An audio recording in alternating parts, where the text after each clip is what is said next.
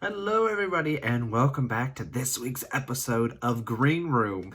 I am Bert with Bert's Prop Shop. You can find me on Instagram and Etsy at Bert's Prop Shop. And in this video, I'm going to show you the process of making a helmet out of EVA foam, or also known as foam smithing. And today we're making a Spartan helmet. So we're going to go ahead and get into it, and keep in mind this video is time-lapse, so this was a 4-hour build condensed down to 18 minutes. So let's get into it. But before we do, I think it's fitting. This is Green Room! Alrighty, and now our first process is to take our pattern and trace it out onto the EVA foam. And like you see here in the video, I have everything pinned down, and we're just taking time to trace it all out, and then we'll go ahead and cut it out here in the next section.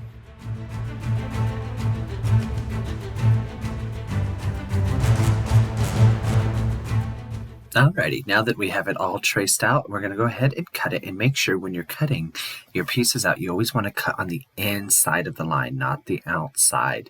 So we're going to go ahead and cut these out. And it's important to have a sharp blade because EVA foam does dull the knife.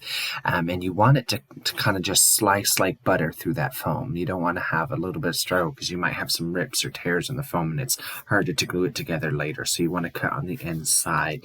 And you see we have some darts here. When we glue it together, those darts actually form a dome, and that's why we have some darts there. So make sure you cut everything out, and then make sure you always have a sharp knife, otherwise it's going to be harder to cut through these pieces.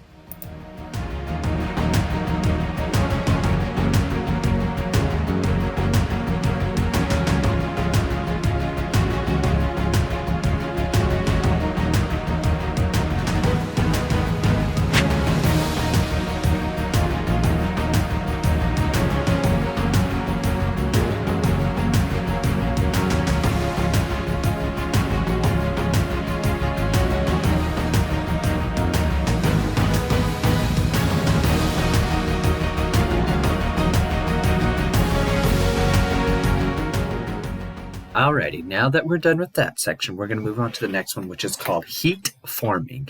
And you want to seal up the foam. That's what you see me doing here. And that is not a hairdryer, that is a heat gun. You want to seal your foam. When you're watching the video, you can tell that the texture is getting more smooth, and you want to roll your pieces. This makes it easier when you go to glue it together for all the pieces to go together. It's much easier to manipulate the shape when you use the heat form technique, and this is a must. You can go without it, but I don't recommend it. And why we heat seal is also it's easier to apply paint later on after we coat it with Plasti Dip.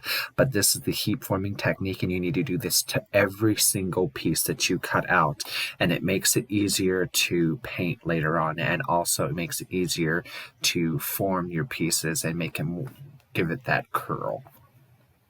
And now that it's done and heat formed, we're going to go ahead and line up our pieces, and we're going to be using the registration marks. That's why you see all those little Sharpie marks. And we're going to be using Barge Contact Cement Glue. This is the best in the cosplay armor building world to use.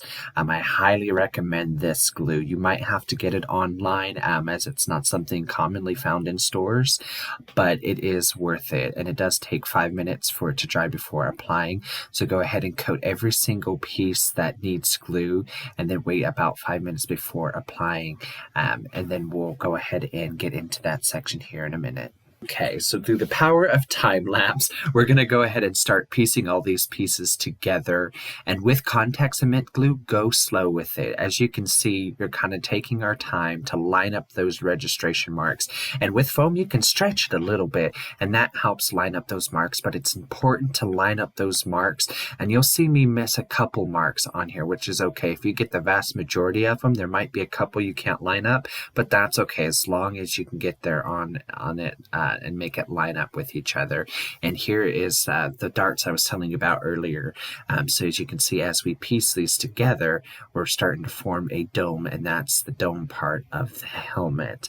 And you want to get these lined up as flush as you can, because you don't want to have a harsh seam line, which this helmet did end up having some bad seam lines in the end, which you'll see at the end result, but not too bad for a first-time helmet. So when I first got into EVA foam, I had very bad harsh lines, seam lines. So if you're starting off and you have bad seam lines, that's okay. You're supposed to, because that just means the next time you go to build, you'll know what to fix and it'll come out perfect.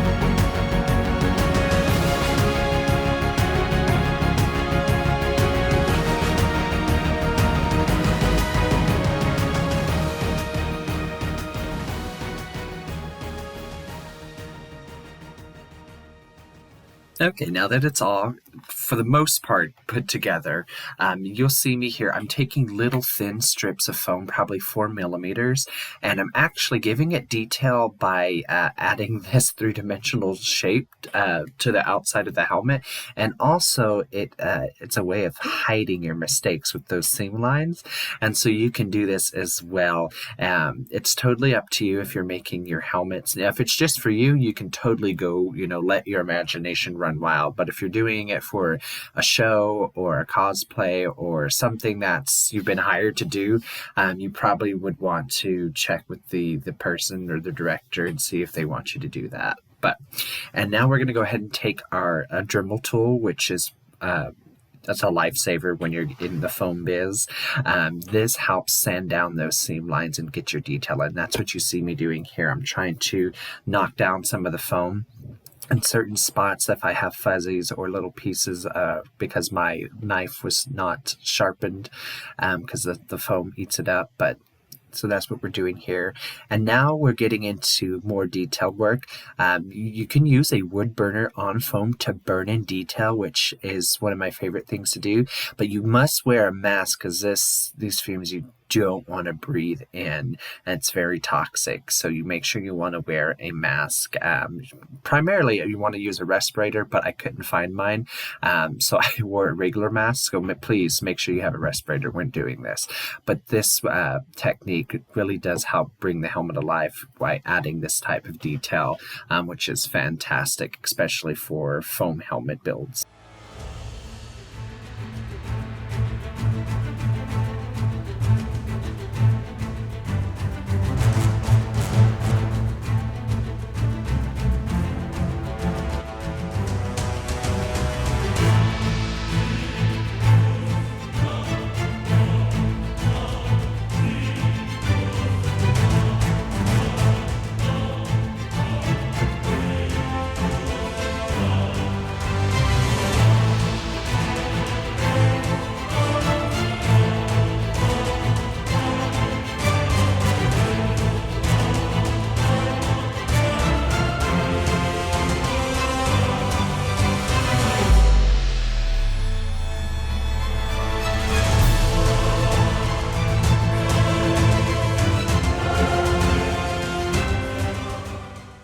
now that everything is detailed and ready to go, we're going to go ahead and get this ready for paint. So what we're going to need to do is we're going to need to coat 2 layers of Plasti Dip, and that will allow you to apply paint to it so the foam doesn't, absorb the foam.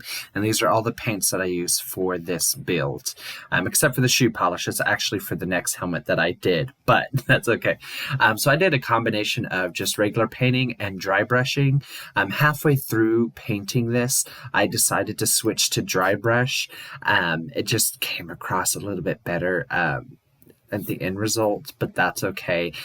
When you're in the painting process, it's really kind of up to you what you're going for. I tend to stick with dry brushing, and at the beginning of this video when I was painting I didn't, but it's totally up to you. I do recommend dry brush, especially with foam.